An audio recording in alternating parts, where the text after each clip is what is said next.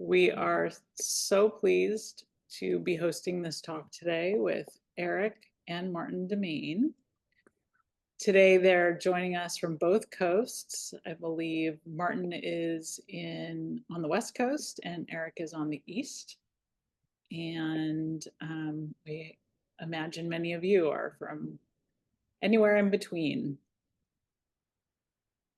As we start, just want to mention that Erik and Martin are featured in Craft in America's latest episode, one of two. It's called Science, and it started streaming you can view it on craftinamerica.org or on our PBS app. It will also be airing nationwide on PBS on December 27th. It will begin. Check your local listings. Excellent episode with multiple artists whose work intersects with science in various ways. Don't miss it. And Erik and Martin have work on view, as you can see behind me, at our Craft in America Center here in Los Angeles. And that exhibition is up until January 4th. So please come and see us as well.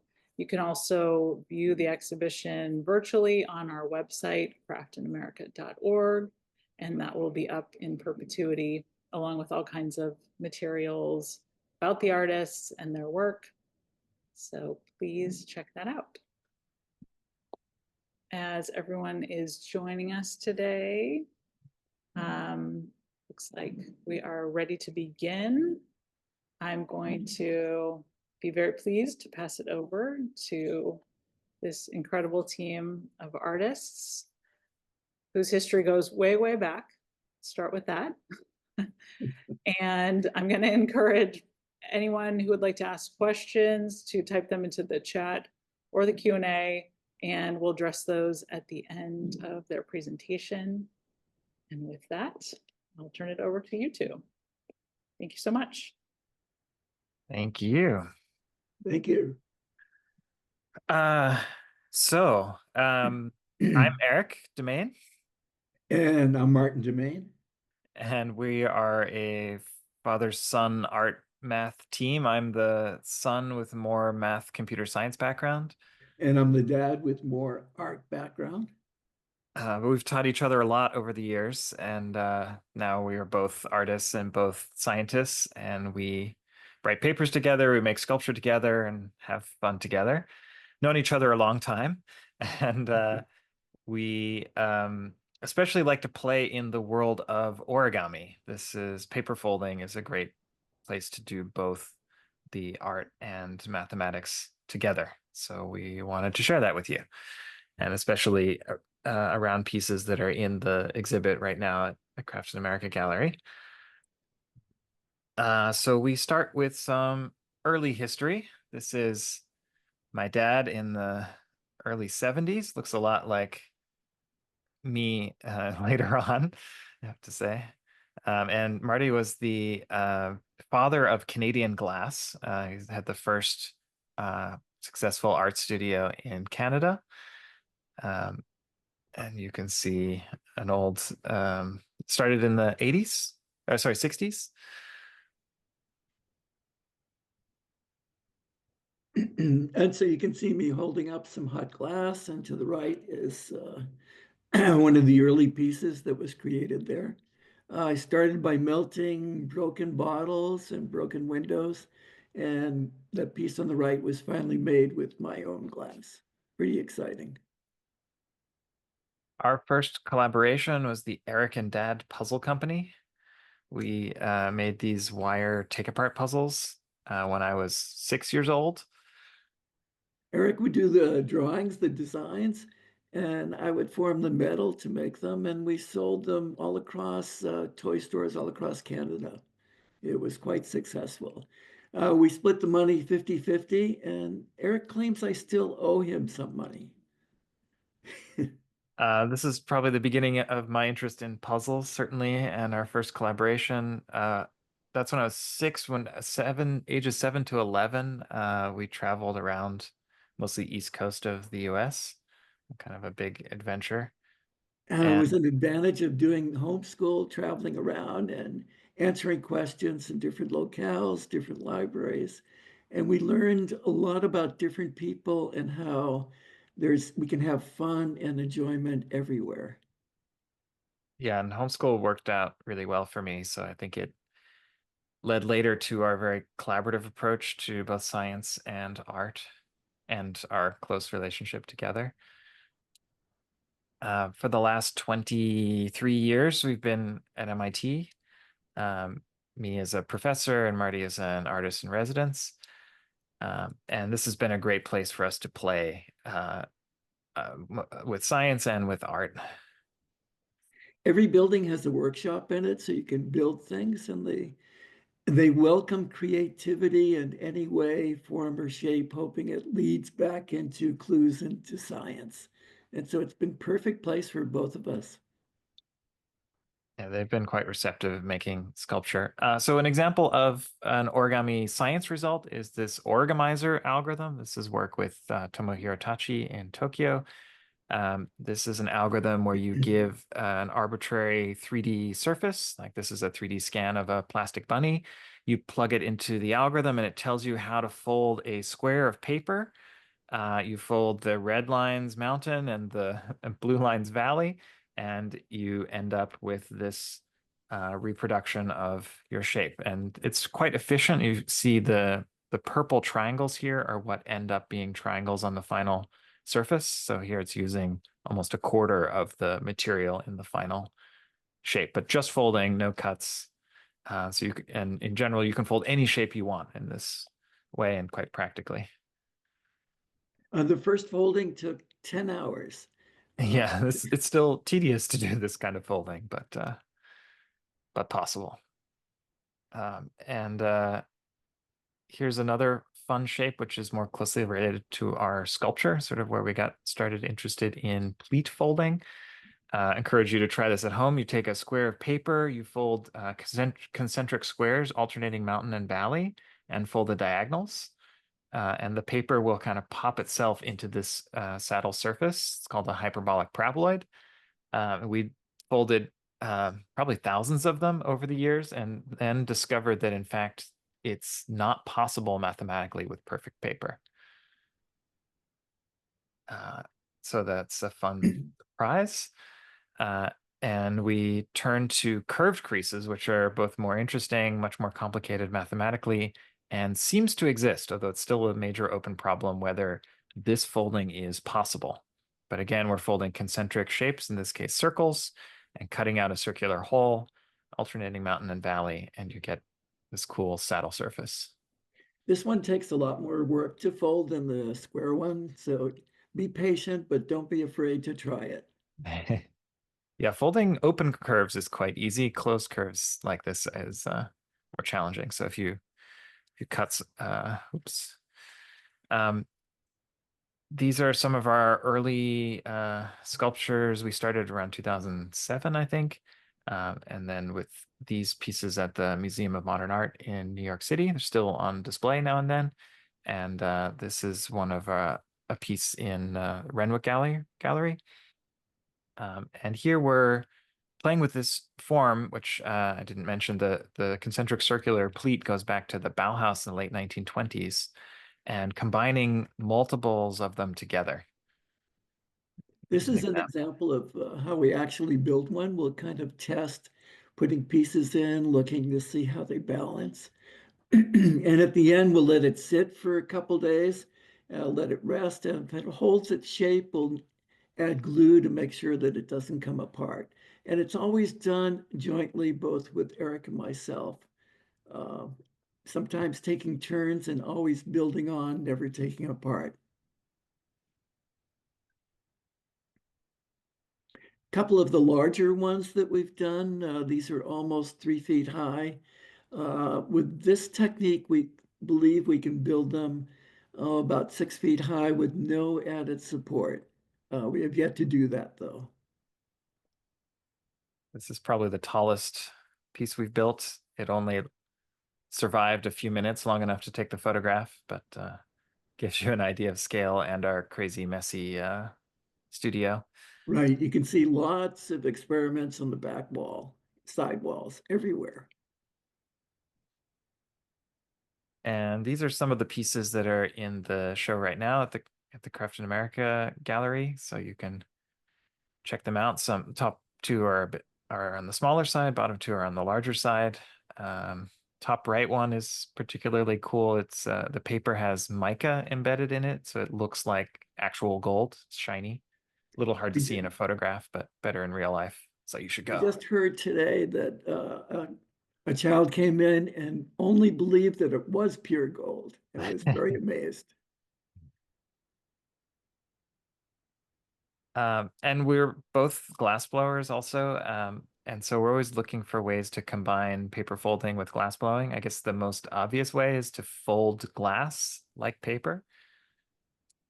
These are We were some, invited to Pilchuck to create some of our paper forms in glass, and we had assistants from Bellet and Krakowski, and we made quite a few. The interesting part is at the end, we had to put on asbestos gloves and grab them by hand and do the final folding. so these are still sort of folded by hand, kind of like how we fold paper, but glass does fold kind of somewhat differently. So we've explored lots of other ways to combine paper and glass, and actually our first approach is by inserting paper into glass. And to do that, my dad decided it would be a great idea to learn to blow glass blindfolded. Well, Don't the try this at idea is home. that paper has the sense of touch, and glass, you're not supposed to touch it. But by blindfolding, it helped develop that sense of touch and it worked. Here I'm using wet newspaper and to help shape it, and I can feel through the paper, the glass. And there was a helper to make sure I didn't burn myself. In fact, this is one of the few times I didn't burn myself. Don't try this at home though. Uh, and so then we fold paper and put it in kind of like a ship in a bottle, where the paper expands inside the glass. We usually call them heads, and fills the space in an interesting way. It's a common question from people of how did you get the paper in there? But there is a small hole at the bottom. And as Erik mentioned, the paper expands once it's inside. Piece on the right is in the exhibit that's up now, so you can check them out. In some more recent work, we've been collaborating with the glass artist Marielle Bass and making more figurative glass forms and combining them with paper. So this is one of the latest teapots from just a month or so ago. And these are ghost frogs, which are in the show. Right, ghosts are one of the environmental problems. They're disappearing fast. And so this is to kind of represent what's going to happen. They're just going to be ghost frogs left. It's the species of frogs go extinct and disappear. We also like to print patterns onto paper before folding. The first piece we did of that type is based on this short story by Graham Greene called The Destructors. If you've ever seen the movie Donnie Darko, this is the short story that they're reading in that movie. And the theme of the short story and the movie is destruction is a form of creation. So we took this as a kind of permission to mess up the story and destroy it in our way and fold it into a curved crease sculpture. Now it's still readable, but unfortunately you have to destroy the sculpture, take it apart to read it again. So Exactly. it's another way to combine the paper and glass. One of our increasing challenges is to pour or let the glass fall on the paper. The paper's wet, so it only chars the surface with practice, and you have a surprising amount of control and not control at the same time. And so this is one of our interesting experiments uh, to make prints by pouring glass on the paper.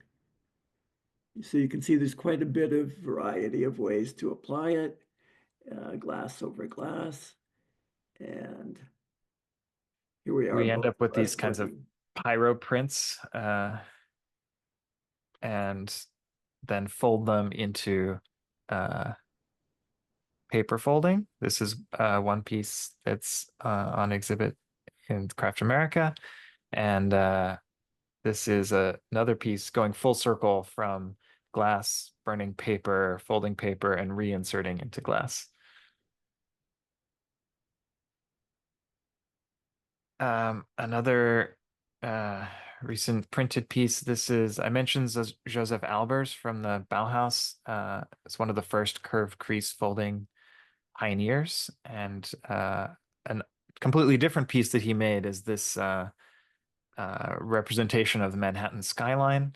It's a giant 54-foot mural, I think currently in pieces.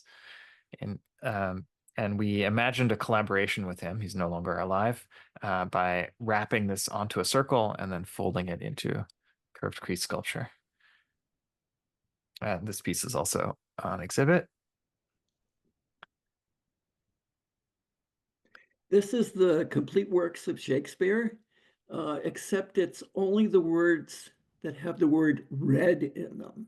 Many of the words are new and made up by Shakespeare. He invented over 3,000 new words that were kind of easy to understand.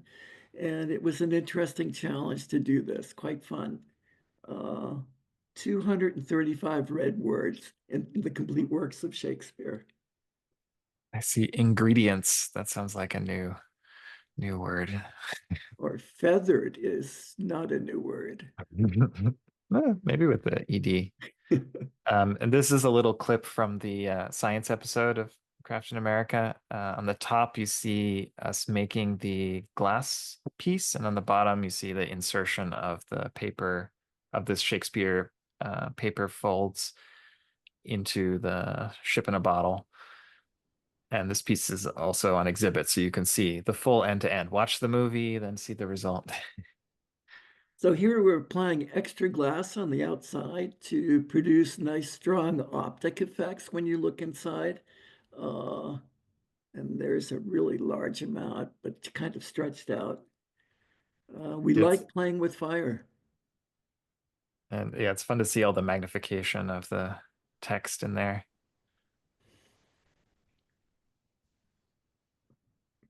And this This is piece is also on display, Thinking Red. yeah, and this is a this was done for Beethoven's 250th birthday. He's getting really old.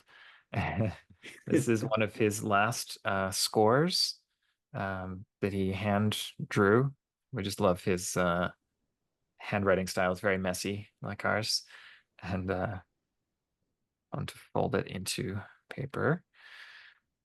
We played his music over and over until it finally produced this form. It was quite inspirational. And another combining of glass and paper. So if you've ever seen glass work like the one on the left, this is by the best glassblower in the world, Lino Tagliapietra.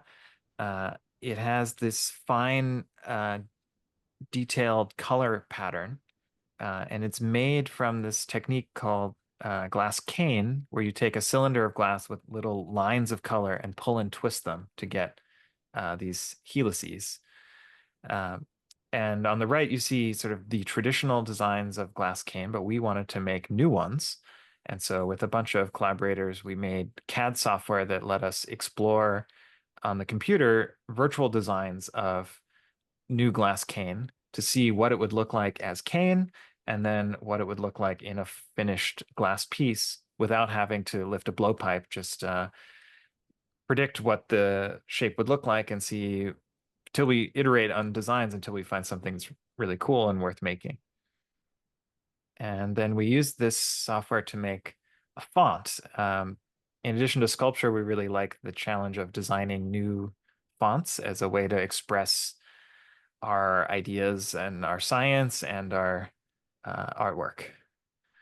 So this is a cross section of a cane. So you see the dots of the cane from one end, but you can stretch them out and then twist them to create a font. And they're, with practice, they're all recognizable about what the cross section is. And there's a couple traditional ones. The I and the O are traditional canes, and those are easily recognizable by glass blowers. And the others don't take much practice, just maybe a half an hour, and then you can relate to what they are. We use this font to make a print that we folded. That's here on display in Craft in America. It's 2 complete alphabets. A through Z and A through Z. And going full circle again, this is glass cane design printed on paper and then folded and reinserted into glass. Well, one of our most recent challenges was to do work for a museum in Denmark, Museum for Paperkunst. And the goal was to produce sculpture or art for visually challenged, including blind people. So we had to learn Braille, and not just Braille, but Braille in Danish, which is quite a bit different. And to make it even more difficult challenge for us, we decided to print it in a spiral. So you could run your finger along in a spiral going around. We chose Hans Christian Andersen, short story, The Little Green Ones. They're little green creatures that live on plants that he wrote about. Aphids, which these Aphids. black dots kind of remind us of aphids. That was the idea. So we, like a bunch of our sculpture, we like to develop custom software to make it possible. So this is laying out text in a spiral. So we're switching here from circles to spirals so that we can write in one continuous line the entire story, and then translating that text automatically into Braille, which was a fun challenge. And this is actually interpoint Braille. So it's Braille pushed from both sides with a slight offset so that you can read half of the story on one side and then half of the story on the other side. And as far as we know, there are no machines for printing Braille in anything except a straight line. This is the first time Braille has ever been manufactured in a spiral. So we also had to make custom hardware for that. This is using a CNC machine with a modified tip to emboss paper in little points. And you can't hear it, but it's extremely loud. It's going ka-chunk, ka-chunk, ka-chunk, ka-chunk, and getting really nice definition points. In a mere 2 hours, you can print one of these sheets of paper with the Braille pattern. So that was a lot of fun to develop new software and hardware to make it possible. Coming up with new things is part of what makes it fun for us, not to be repetitive. This is our first large installation, very similar to the one on display. It's actually the same number of pieces and the same amount of paper. To go large, we had kind of a problem that paper doesn't come large. It's hard to do a complete circle, but it does come on these giant rolls, and we can roll them out and come up with patterns that we can cut and fold to do these sculptures, take advantage of the curves. Here we, in this piece that we had hand-drawn people, drawn by Marielle Bass, and laid out with algorithmic software, which we'll talk about, representing exactly the population of Fitchburg, Massachusetts, which is 41,732 people. And the piece that's on display now is, this piece was called Hanging Out, a bunch of people hanging out in the city. This is called Hanging In, like hanging in there. This is 28 of Earth's endangered species, sort of the most well-known endangered species, but it's only 100th of 1% of the entire endangered species list. So a little scary. So we thought we'd help preserve these animals on a paper sculpture. There's one mythical creature that may or may not exist in each one. Does that one pop up on this? No, we're coming there Ah. later. So this is the rolls of paper that are easily available. So these are very long in one dimension, like 50 feet long, but only a few feet long in the other direction. And so this is a very different aspect ratio of paper than we're used to working with. We don't want to make circles out of this because they could only be a few feet wide. So we explored different curved crease patterns. And I think it's this one is the one that we ended up working with. This is just out of regular printer paper experimenting. Then we scaled up to see that we liked the variety of shapes you could make with this one crease pattern. Figured out a way to hang it. And then experimented with different manufacturing techniques. So this is using a CNC machine to score and cut one of these pieces of paper, but we actually didn't like how it came out as well as when we folded it by hand. So all of these pieces we ended up scoring and cutting by hand with this rotary blade. Then we wanted to print something onto the paper. So we developed some now open source software. You can play with it online. If you input your own images, it will come out with a perspective layout or all sorts of layouts for them, and randomly, and you get to design a fun scene. This is an example of taking 54 hand-drawn people doing different things. And these are the 54 characters, exactly one of each, with a random layout. And these are drawings of the 28 endangered species, which we drew together with an AI system, DALL-E 3. And the list of species is at the bottom. So this is one image per animal.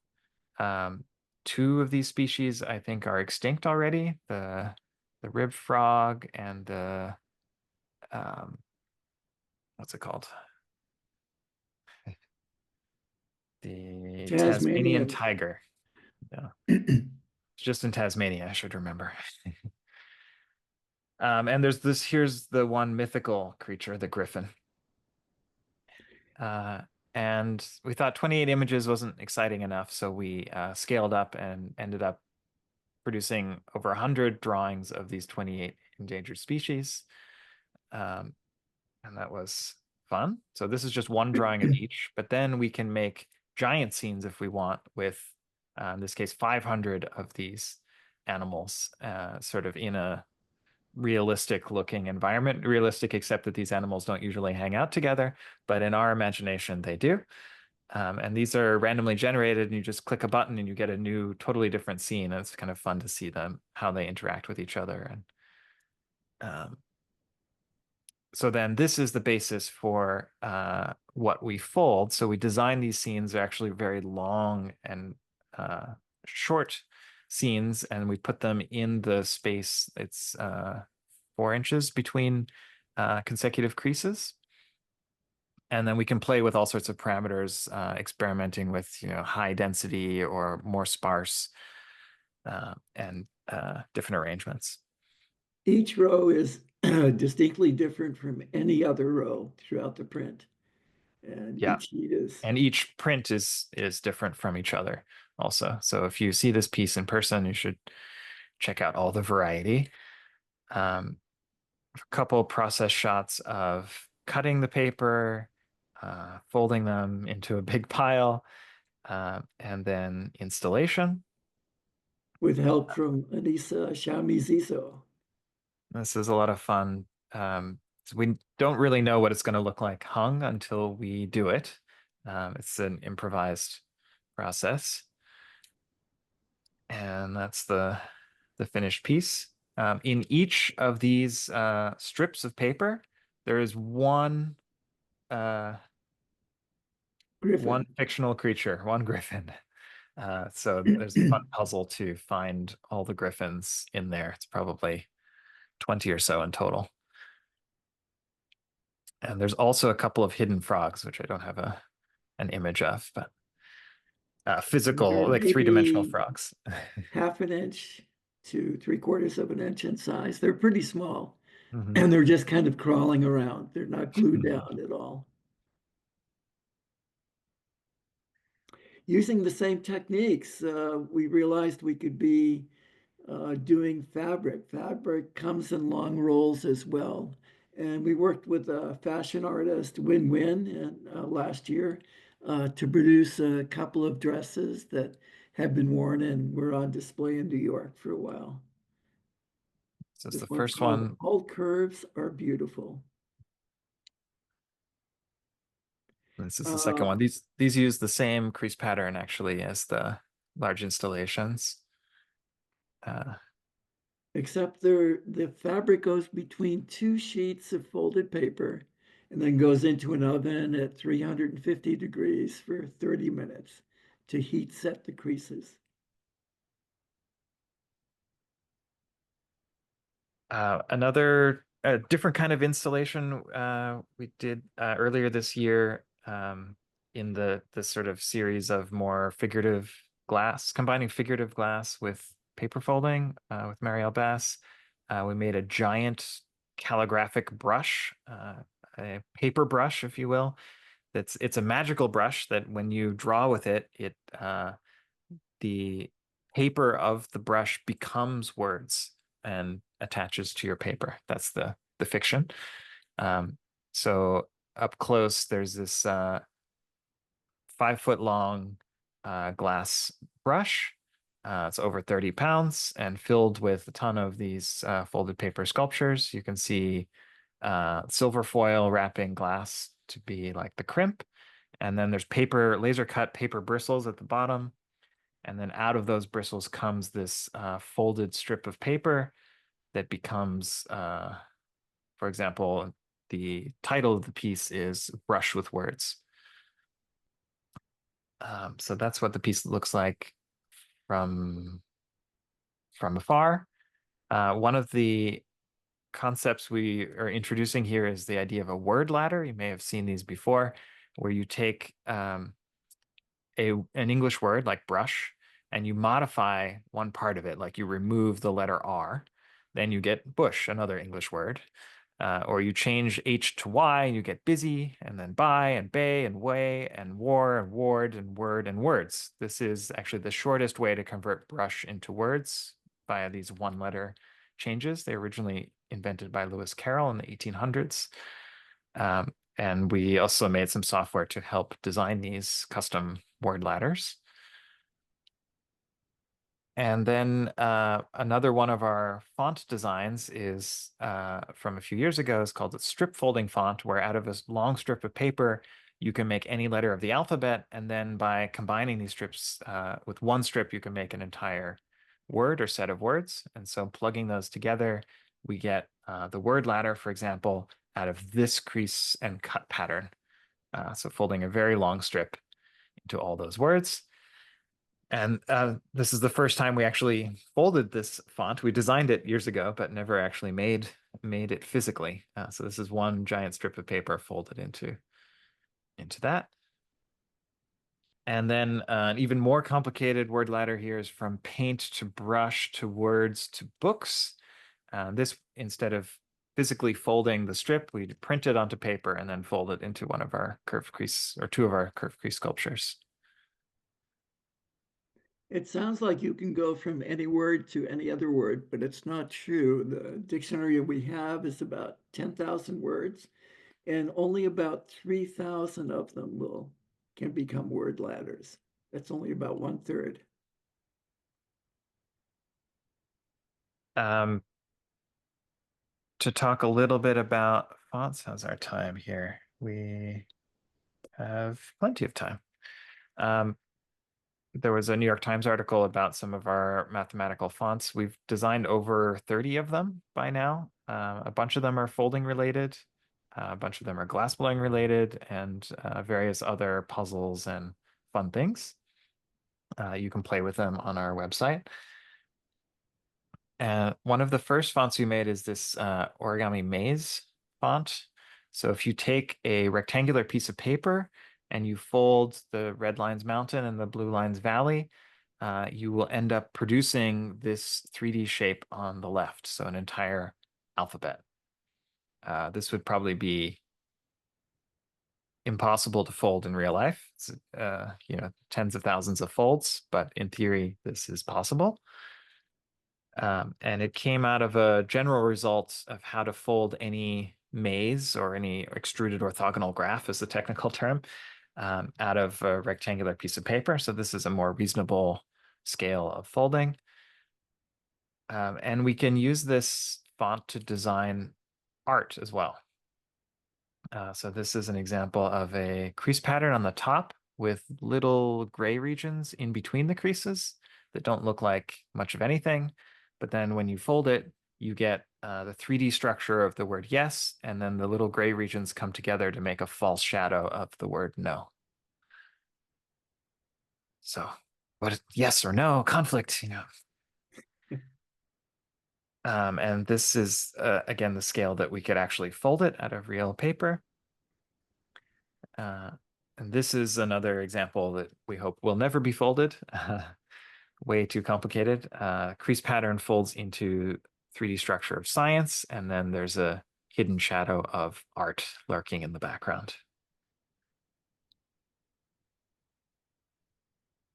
This is one of my favorite folding fonts. It's very simple. It's just one fold. That's all you need to have the letters appear. And here it is folding in half, forming the word font. So here we have semi-transparent paper, and the idea is to design letters that don't look like anything or look like the wrong letter. Like you see lots of L's here, but there's no L in the final result. And so as we show these, you can try to guess what they will fold into before the animation completes. Like, can you read that 4-letter word? It's text. This is my favorite. Yeah.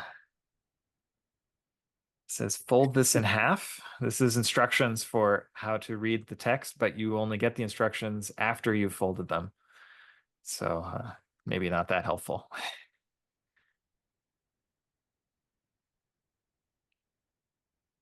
And the last font we'll share with you is not folding related exactly, but it's a core concept in geometry called a Voronoi diagram. If you take a couple of dots, like in the top right picture, and you grow circles around them in parallel, and then draw a line wherever those circles meet, that's a kind of growth process that is how galaxies in the universe are organized. This is something Descartes studied in the 1600s.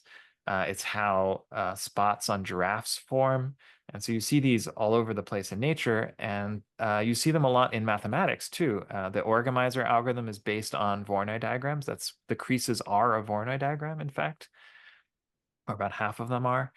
And we've used them in some of our sculpture. This is a piece that's on display at the Craft in America Gallery, and it takes a model of how sunflowers grow, like the seed pattern, as dots, and then grows circles around them, and you get this nice Voronoi diagram on the left.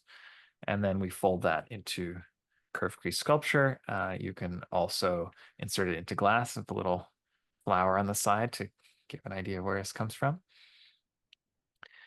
So Voronoi diagrams are cool. Why not make letters with them? This is surprisingly challenging, designing dots so that when you construct the Voronoi diagram, it looks like letters of the alphabet.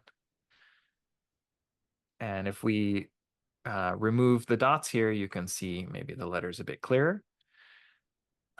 Or another approach is to arrange dots in the shape of letters and then just see what Voronoi diagram you get. It won't look like the letter. And then if you remove the dots, you get a mysterious representation, more like a puzzle. This still says A through Z, but it's much harder to see the hidden text. But they're beautiful tiles. Yeah, you get such a fun variety. And then when you start combining multiple letters together, you get these unique tilings, like on the top. Here it's saying generative art made by Voronoi diagrams. That's the dot pattern on the bottom, and it immediately generates the diagram on the top, but hard to tell that they correspond. You can color the cells and make like a stained glass pattern. So this is the alphabet in white and then coloring the other cells in random purples. This has a hidden message. So I've stared at this example too many times that I can already read the text, but it might not be so obvious. But if I color the text in orange, maybe you can see it says "Twinkle, twinkle, little star." So you can hide secret messages, like our Zoom backgrounds use this pattern, which I will reveal says tiling, tiling, tiling, tiling, with some offsets, and just makes cool patterns of tiles. Lately, we've been making some artwork based on showing the growth pattern of the circles. So here you see the circles with random red colors growing and then forming the black lines. In this case, the black lines on the outside, you can barely see, it says compute. If you read from the top left corner and go to the bottom right corner, either way, you get compute. If we can play around with how that's drawn. This is more sort of pop art style, black and white alternation. If we remove the red lines, then you get a bizarre pattern of circles, a bit hypnotizing, and the word compute is hiding in there. Or we can switch to that other inverse Voronoi font, and there's a more obvious spelling of the letters with still some cool circle patterns meeting in the middle.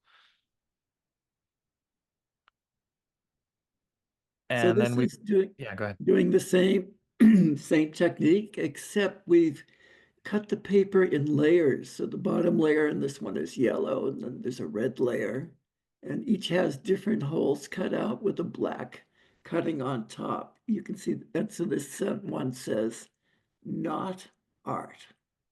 Yeah, a little tricky to read, but here's N-O-T-A-R-T.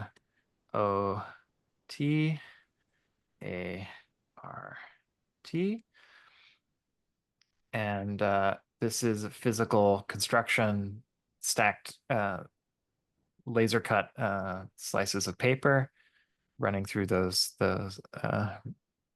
red, orange, yellow rainbow, the black on top, and this is a black and white version, which much thicker material. So those are works in progress to give you flavor of some other stuff that we do.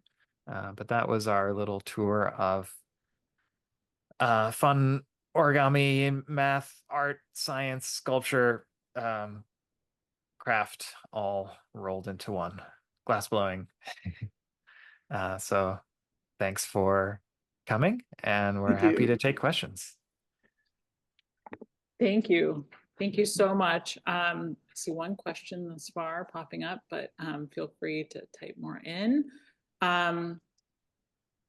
Wow, incredibly complicated, and you managed to present so many different projects that I think we have a lot to absorb. So thank you for that. I think for many of us, the complexity will keep our minds spinning for a while.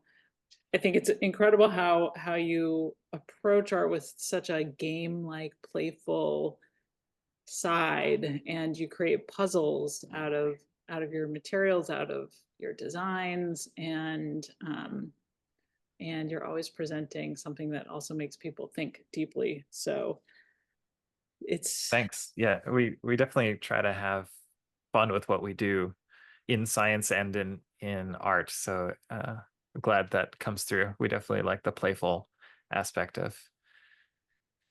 yes, we see that very much.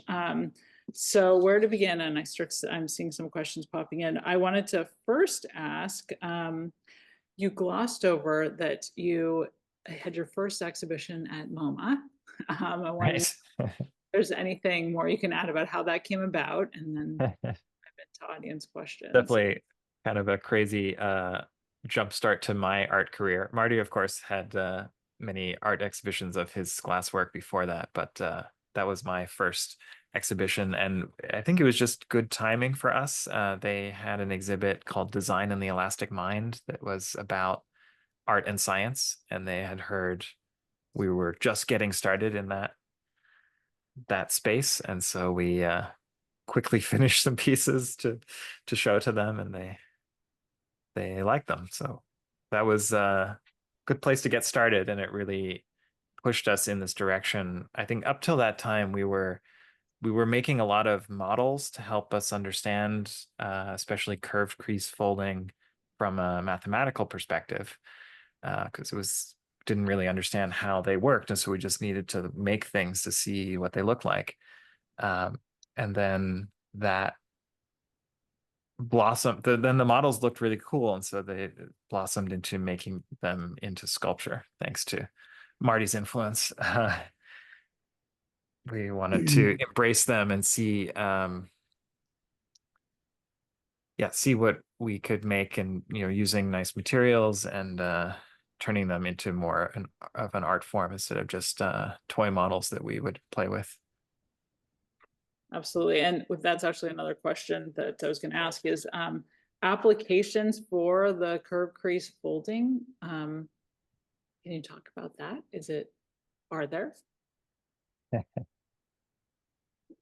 Yeah, I think curved crease folding is exciting for this sort of self-folding property that it has. If you put these creases into material, then the paper essentially folds itself into these complicated 3D forms. I think curved creases offer a way to give a lot of structural stiffness to material from sheet material, and also get really complicated 3D geometries with relatively few folds. So I think they're a potential sweet spot for there's a whole world of origami-based engineering developed over the last decade or so.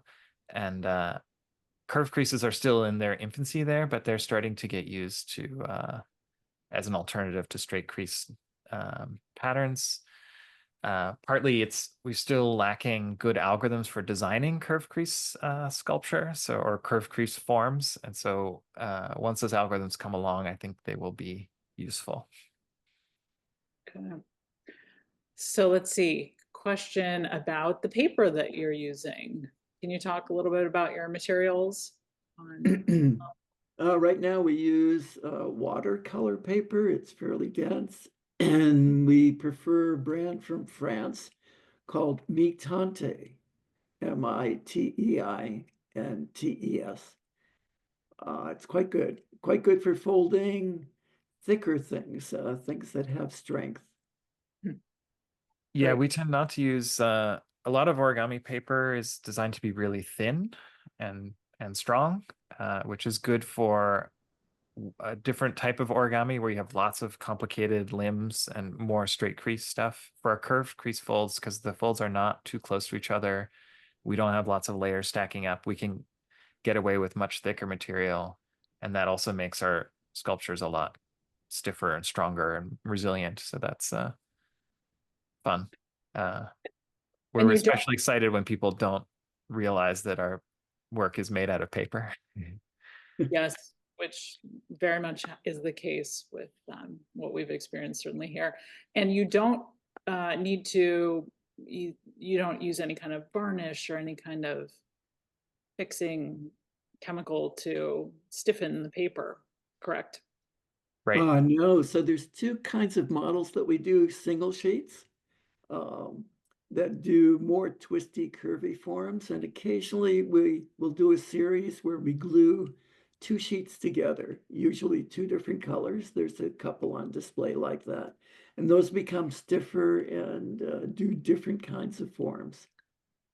Because the structure of the two papers combined makes them stiffer, correct? Yeah, Right, just Right. because it's thicker. yes, the And thickness. then occasionally we wet fold the paper, so it's damp during the folding process, and then it dries out in the 3D form. That's been interesting to see. That also stiffened things up a little bit. I think it encouraged when the fibers dry out in a particular form, then they really want to stay there. Yeah. And also, as far as the question that was asked, the paper that you used for pyrography, is that the same watercolor paper? Is it? Right. So I think we typically used an Arches of a art paper for even thicker stuff for for burning into so that we didn't burn all the way through. And then there's a little bit of a cheat there, which is we didn't fold the actual burnt paper. We photographed the burnt paper, transferred it to, I believe it is, those are all made from the Mitante watercolor paper, just in white, and then printed it many times and then folded it up. We haven't What's tried interesting folding. is Yeah. the original experiments were not successful. We would burn right through the paper. It took us a while to work that out. Okay. But that's half the fun, and perhaps the exploration is more worthwhile that way.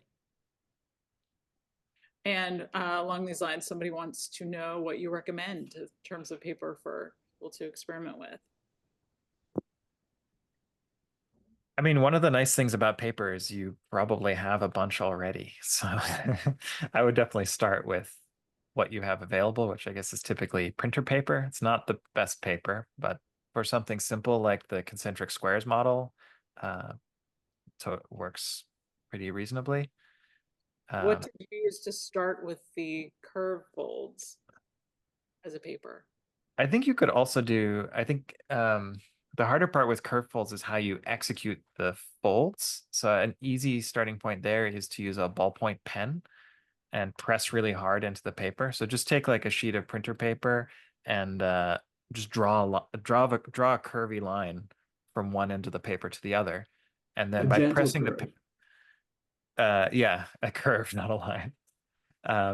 And yeah, gentle curve is definitely better. And then by pressing the paper in with the pen, it will, if you gently try to fold it, it will want to fold along that line.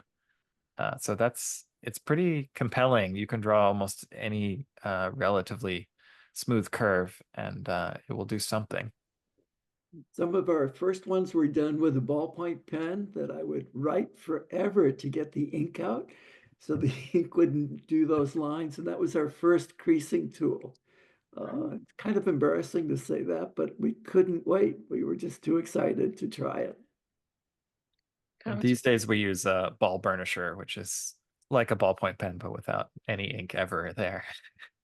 Yeah, you don't have to get all that ink out first. That's right. Bonus. And the fancy ball burnishers are spring loaded, so you can add some extra force. Yeah. Yes. Well, yes, exactly. From these humble materials, they do such incredible things. Someone would like to know if you're willing to share about the fabric that you used for that heat set. Yeah, we're not the biggest experts on fabric. Most of that we left to our collaborator Win-Win, but it has to be a synthetic fabric that heat sets. So as Marty was mentioning, we put it in a mold, which is a two folded sheets of paper, and then bake it and then the material memorizes those creases and will stay permanently folded until you heat it up to 300 degrees again. And so then it's, yeah, creased. There is one natural fabric that is supposed to crease as well, and that's silk. It's supposed to, you're supposed to be able to heat set creases, but other than that, you have to use man-made materials. Yeah, exactly. I was wondering about that. And also, did you do the actual folding collaboration? Because it must be incredibly different process-wise to fold the fabric versus working with paper. Yes. I actually have some slides about that if you want to Oh, hold sure. a second, I can. Yeah, one of so the paper was long and narrow creases, which increases the difficulty a lot. You'll see that in the slides, and then we have to do two identical sheets. This So part isn't, go ahead. yeah, we modified our CNC machine again to use a soldering iron. This is just to cut the fabric because it's tricky to cut fabric. So this melted it in a way that we didn't have to do anything with the ends. So the fabric was nice and cleanly cut and wouldn't run. Mm. Then we took a giant sheet of fabric on this machine. This is what it looks like cutting. Then we needed to, it glued to the table also, so we had to cut it off from the table. Use the same machine to cut and score paper. And then mostly we're folding paper, not the fabric. So this is pre-folding the paper. And then if you look closely here, this is a collaborator Win-Win, Marty, in our guest room, I think. If you look closely, there is the fabric here, the purple, is in between two layers of paper. And so there's a lot of clips to hold it in position while we fold the paper and keep the fabric wedged in there so that it goes in between all those creases. And then rolled it up really tightly. Now it's in the shape that we want it to be. Put it in the oven and bake for 45 minutes, I think. And then when you pull it apart, the fabric is just automatically creased that way. Even if you pull it flat, it will want to bunch back up exactly how you folded it. So that's pretty cool. Oh, that's fabulous. Excellent. Wow. Well, it's fascinating also how you use such common and often office materials too. Clips, you're able to do so much more with those binder clips than imaginable. We do have a lot of binder clips. Let alone pens and paper. Just showing the common materials that surround us every day, what you can make that's beautiful and so inspiring. We have a question for Martin. How did you first get into art and glass blowing? And what was your initial inspiration? I was a frustrated artist. I still can't draw well, and decided that sculpture would be a good direction for me, especially sculpture that didn't depict anything specific. And I decided to travel and find some place to work, and I ended up in England and saw the early beginnings of glass blowing. Studio glass blowing had only been happening for less than 5 years, and it was all fairly new. And I entered a school in England and came back to Canada a year later and started a studio, being one of the first. And it was good because you couldn't be judged, you couldn't be compared to other people in the beginning. So that gave me extra confidence. It's And funny then you say glass just took over. you entered a school in England, but I think there weren't actually any instructors in glass blowing, so you That's true. 2 weeks quickly later, I became the instructor. just 2 weeks ahead of other students, I guess. I have a question as far as your containers, your vessels, how that particular shape, and there's variations on it. Are you thinking about what when you blow those? And you don't have containers for all the pieces. How do you determine which pieces you're going to incorporate with glass? Oh, so the containers are generally made ahead of time, and some of them sit for a long time till you find a pattern or a style that you think will fit.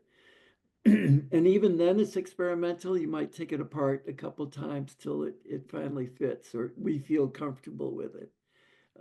It's definitely spontaneous, but very critical. Hmm. Okay. I And think even that the sorts of shapes you can get with the like contained versus not contained paper sculpture are very different, I would say. So it's uh yeah, it's two very different directions we like to explore. so at the outset, roughly what kind of formation you're aiming for when they're not contained, and then with Maybe. We have some rough okay. idea of the 3D shape we want, but a lot of it is improvised there. I would say when it's contained, you have a pretty good idea what the shape's going to be. We try to fill the vessel. When it's not contained, we can go in all sorts of directions, and it's more open-ended. And it depends partly on what the paper seems like it wants to do. Mhm. Yeah, much less control in the container. Okay, great. And have the perfect final question, which could take a while to answer, however. What do you mean that some of the folds are theoretically impossible? Could you say it again? That the idea that some of the folds, as you've said, are theoretically impossible. Can you explain what that means? Ah, okay. What it means. Yeah. Um, so in mathematics and computational origami, we have this model of idealized paper. It's hard to buy in the store, but it's paper that has zero thickness and cannot stretch at all. So the zero thickness is unrealistic, but the not stretching at all is pretty realistic. You can't. Do I have a sheet of paper around? Not within reach. You can't pull a piece of paper farther than it wants than being flat. You can crumple it up to make it kind of get smaller, but if you measure distances on the surface of the paper, it stays exactly the same. Here, Marty's got a piece of paper. um, and so that's a and also the paper shouldn't intersect itself. You can't have atoms pass through each other. So those are very simple rules that define what paper can do. And then the theorem we have is if you take like the concentric square pattern or any kind of concentric polygon pattern with straight creases, um, it's impossible to fold anything three-dimensional out of that pattern. Um, so what that means is you can't have exactly the concentric squares as creases. But you could, of course, have fewer creases, like no creases at all, definitely can fold into lots of 3D things. Or you could have more creases. And so what we think is happening in reality, like if you look very close at one of these folded patterns, is that there's lots of little crinkles that are appearing that nature is putting in there because it has to. You're trying to get it to fold along these lines, and it's sort of adding little micro creases to make it still possible in real life. But if you want exactly the crease, one way to say this is you cannot fold this design perfectly. You have to have lots of defects all over the pattern. And we kind of noticed that our foldings were never perfect, and we thought we just weren't good enough at folding. But it's kind of satisfying to know that in fact no one can fold them perfectly. With the curve creases, though, we think you can do it perfectly, and so that's what we aspire to do. We did publish a paper about the minimum added folds you need to make that form work, the square. Right. So we did find some interesting patterns, sort of nice patterns of extra creases. If you add diagonals to each of the trapezoids, then that works out. And for example, we've made those out of sheet metal where it's very stiff, and just to like confirm we can make it with completely flat faces. Okay. Well, I think you make what seems impossible look possible, and they're quite perfect to most of our eyes. So mathematics aside. So yes, I want to thank you both for this fantastic overview of your work, and we'll be fascinated to see all of your next steps. So thank you Well, so much for thanks today. for having us. It's a pleasure to be Thank you. part of this, and thanks everyone for coming.